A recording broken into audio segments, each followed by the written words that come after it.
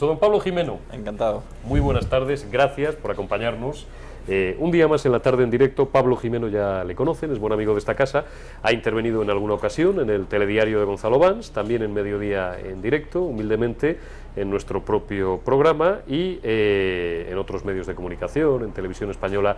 Básicamente, don Pablo Jimeno es, aparte de ser un buen economista y un fino observador de la realidad, básicamente de la realidad económica, por encima de todo es un empresario y es un emprendedor, y es un tipo con el que merece la pena hablar de vez en cuando, porque es de esos emprendedores y de esos empresarios que además no tocan de oídos, sino que se juegan su dinero, invierten, unas veces les sale mejor, otras pues les sale peor, aunque lógicamente en el caso de algunos, cuando se hace con tiento y con observación del terreno que se pisa, normalmente el retorno suele ser mucho más positivo que negativo, pero digo que son opiniones autorizadas, y la suya lo es, de cómo es el estado real de la economía, no siempre lo que nos cuentan los políticos, esas grandes cifras, sino de cómo está esa recuperación a pie de calle. En concreto, usted, don Pablo, se dedica además a una actividad tan concreta como es poner en contacto a empresarios o a emprendedores que necesitan capital en un momento dado, con socios, con inversores que pueden aportarlo, con personas que tienen una idea pero no saben a quién recurrir, todo dentro de esa compleja cadena a veces que son los distintos agentes económicos, y que solo necesitan muchas veces alguien que pueda casar sus distintas necesidades. Pues efectivamente, el pulso, realizando esta actividad que hacemos profesionalmente desde nuestra consultora, lo tenemos muy bien cogido, porque palpamos no solo las necesidades del empresario de financiación cuando tienen el pulso de querer crecer o todo lo contrario, o se están haciendo más pequeños, también cogemos el otro pulso. O sea, hemos percibido no solo por los medios de comunicación, lo hemos percibido en primera persona, en nuestro día a día, cómo ha habido pues a lo largo del año, y la evolución de cómo los fondos de inversión, los inversores internacionales, ya no solo los nacionales, pues han dado un pasito para adelante para fijarse en España y decir, ¿es buen momento para invertir ahora o no es buen momento? Con lo cual, la actualidad económica y política pues la vivimos, si me permites, pues con mucha crudeza, porque claro, cuando tenemos una operación a punto de cerrarla, pues las noticias afectan al miedo o a la euforia.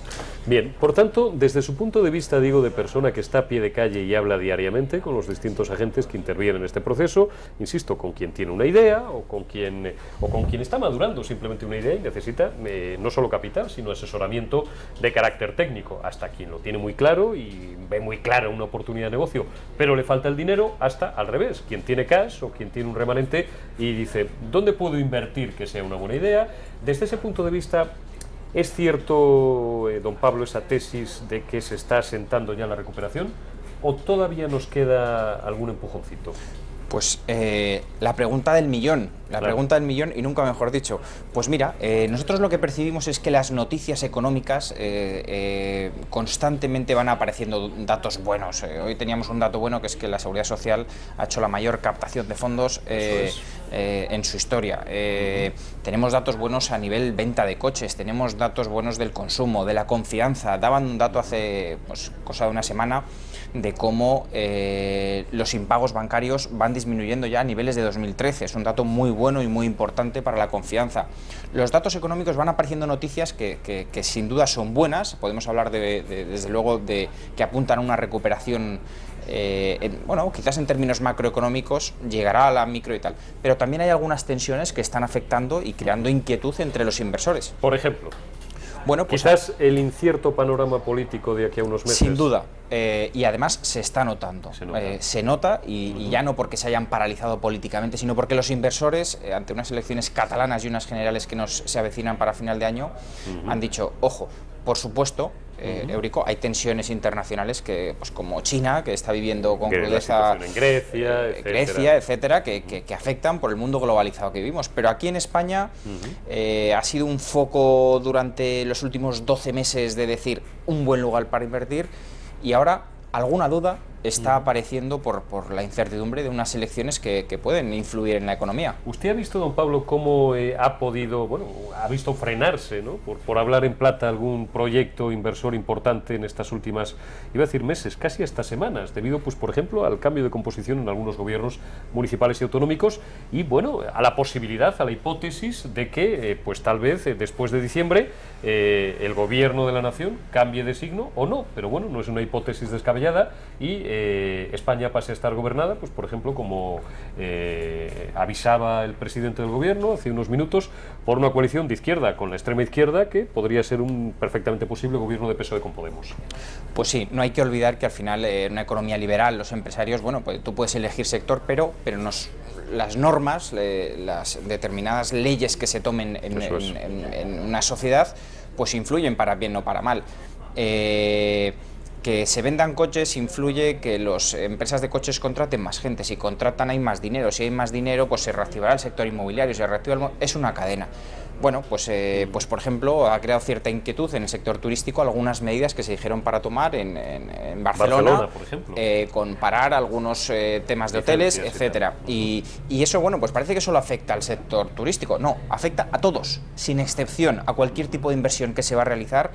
Supone un decir, ¿cómo puede llegar esto a mí? Por ponerte un ejemplo, el tema inmobiliario, que parecía que fue la crisis que empezó en España, aparte de la financiera, no, solo es el tema inmobiliario, no, afecta a todo, porque es un efecto dominó el que se forma, que llega a todos los sectores empresariales que hay en el país. Claro, y esto, como decimos, Pablo, desde un hedge fund que puede tener la intención de meter aquí 100 millones de euros o 100 millones de dólares, por decir una cantidad, bueno, pues hasta un humilde inversor, o no tan humilde, que dice, hombre, yo es que tengo 100.000 o 200.000 euros, o 20.000, me da igual, para montar una tienda, o para montar un pequeño negocio, pero claro, ese panorama de cierta inseguridad jurídica, vamos a llamarlo así, las cosas como son, me puede retraer, porque ¿y si dentro de 12 meses o de 10 me cambian completamente las reglas de juego, me cambian el tablero y me quedo con mis 20 o mis 30.000 eurillos, que era mi ilusión y lo que yo tenía? Lo hablábamos el otro día, me parece que era con Fran Simón también, o con otros economistas que han pasado por aquí, es decir, y me quedo con la brocha. ¿Qué ocurre? Totalmente real y además cierto, y lo hemos constatado lo que estás contando. Por ponerte un ejemplo real, nosotros estamos en un proceso de venta de una empresa del norte de España ahora, valorada en unos 10 millones de euros, que está buscando una financiación de unos 3 millones de euros. Ajá. Llevamos 2 meses con el proceso, está siendo tediosa la negociación. Hemos conseguido un inversor que se ha acercado a nosotros, de confianza, holandés, que ha venido a España, nos hemos reunido. Pero que necesita todas las cautelas. Y la pregunta primera que nos ha hecho es, oye, llega ruido hasta Holanda, claro, del tema político, de las elecciones de Cataluña, de muchas cosas, ¿qué va a pasar? Porque claro, empieza por ahí, ya no nos habla ni del negocio en cuestión que estamos esto. Lo primero es, dame tranquilidad con esto, y luego defiéndeme la empresa para cerrar la operación. El tablero de juego, es decir, primero, se va a independizar Cataluña de España, visto desde el punto de vista, pues eso, por ejemplo, de un inversor holandés, y segundo, a ganar la extrema izquierda en España, es decir, España se va a convertir en una Grecia bis, porque a eso es a lo que se refería, parte en sus declaraciones, también esta mañana el presidente del gobierno alertaba ante la posibilidad de que, bueno, de que todo lo conseguido pueda irse por la ventana si al final los españoles o los posibles pactos postelectorales, bueno, pues posibilitan un cambio de gobierno en el sentido en el que les estamos hablando. Precisamente de Grecia vamos a hablar ahora, si te parece, Pablo, y me das tu punto de vista. Vamos a ver antes un vídeo que creo que Alba Orol tiene preparado ya, y Jorge Garrandés, acerca de, bueno, pues lo que era un trámite más, pero que es interesante, puesto que Alemania es el motor de la eurozona. Esta mañana, como saben, el Parlamento alemán, el Bundestag, ha aprobado, igual que ayer hizo el Parlamento español, ha dado luz verde a ese tercer rescate de Grecia. Vamos a ver un vídeo y comentamos con Pablo y Jimeno inmediatamente. 454 votos a favor, 113 en contra y 18 abstenciones. Por una amplia mayoría, el Bundestag ha dado luz verde al tercer rescate a Grecia. El encargado de abrir la sesión ha sido el ministro de Finanzas. Wolfgang Schäuble ha pedido el apoyo del Parlamento al paquete de ayuda, que prevé un volumen máximo de 86.000 millones de euros para los próximos 3 años. El ministro ha argumentado que solo así la economía griega podrá volver a crecer.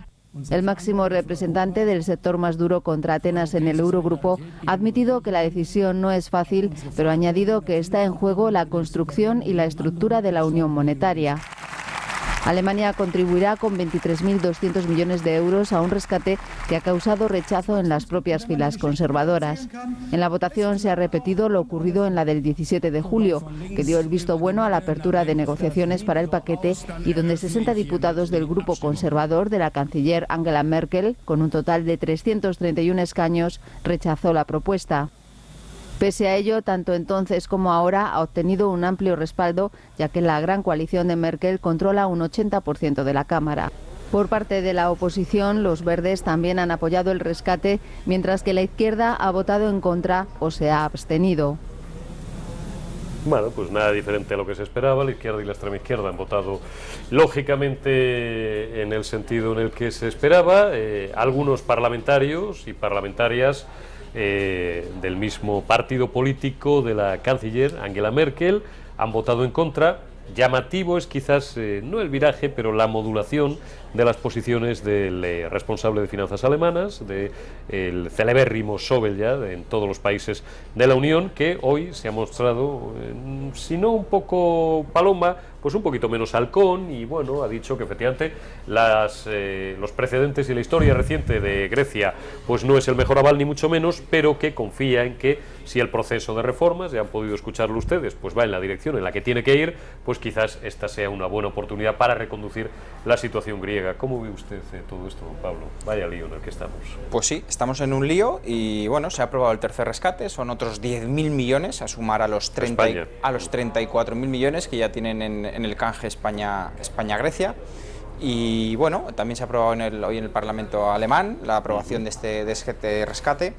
Bueno, pues veremos viendo qué trascendencia tiene estas ayudas y si efectivamente hoy salía Errejón y salía el portavoz del PSOE en el Parlamento y decía que el señor Moscoso, que decía que al final estaban de acuerdo, ha explicado de guindos todo el proceso, lo ha explicado muy detallado y decían que sí iba a ser suficiente, que si sería una patada para adelante o si valdría para sacar a Grecia o haría falta algo más, y cuando hacen algo más hablan de una quita o de alguna otra solución que ayude. En este punto, aunque sé que no es estrictamente a lo mejor el campo que forma parte de tu interés prioritario, pero como observador económico y como analista que eres, pues también le prestas atención lógicamente a las bolsas, que al final son un termómetro. ¿No te parece un poco de todas formas desproporcionada la sobrereacción de las bolsas? Hablo, por ejemplo, del castañazo de la semana pasada, no solamente por el tema griego, sino también por la devaluación del yuan chino, por los malos datos de Japón del otro día.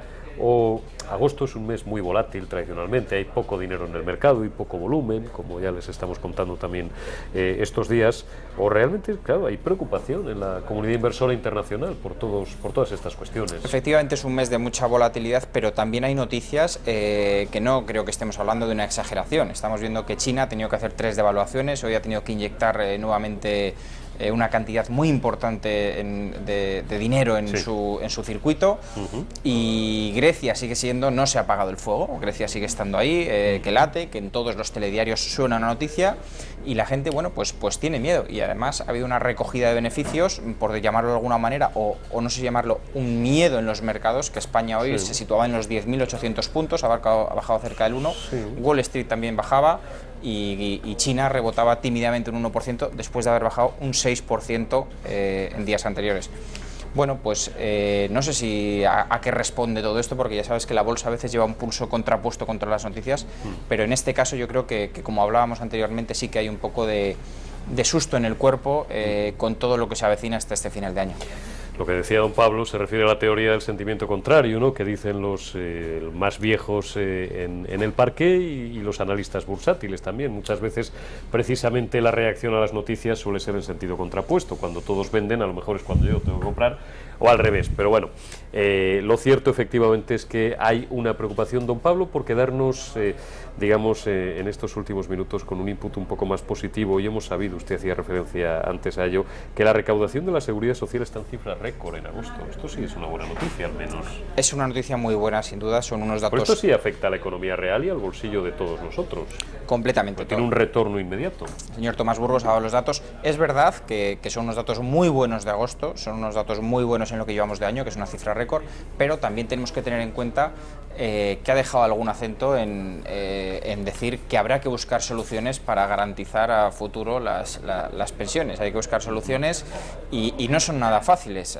Tenemos un país cada vez más envejecido, con unas cotizaciones que ahora mismo, no, por el paro que tenemos y por las aportaciones que hay, no son muy altas, y bueno, pues dentro de lo bueno que el dato general es bueno y es positivo, pero seguimos con un problema de fondo que dentro de las muchas noticias buenas económicas que está teniendo este país a día de hoy, tenemos dos principales problemas que hay que ir solucionando, como son el paro y la deuda que tenemos, que hay que ir Claro. ¿Qué valoración haces de la comparecencia ayer o anteayer del INDE en el Congreso, que dijo que, bueno, cifró para 2020, si no recuerdo mal, era el año que dio, el paro en posibilidad de descenso de un 20%?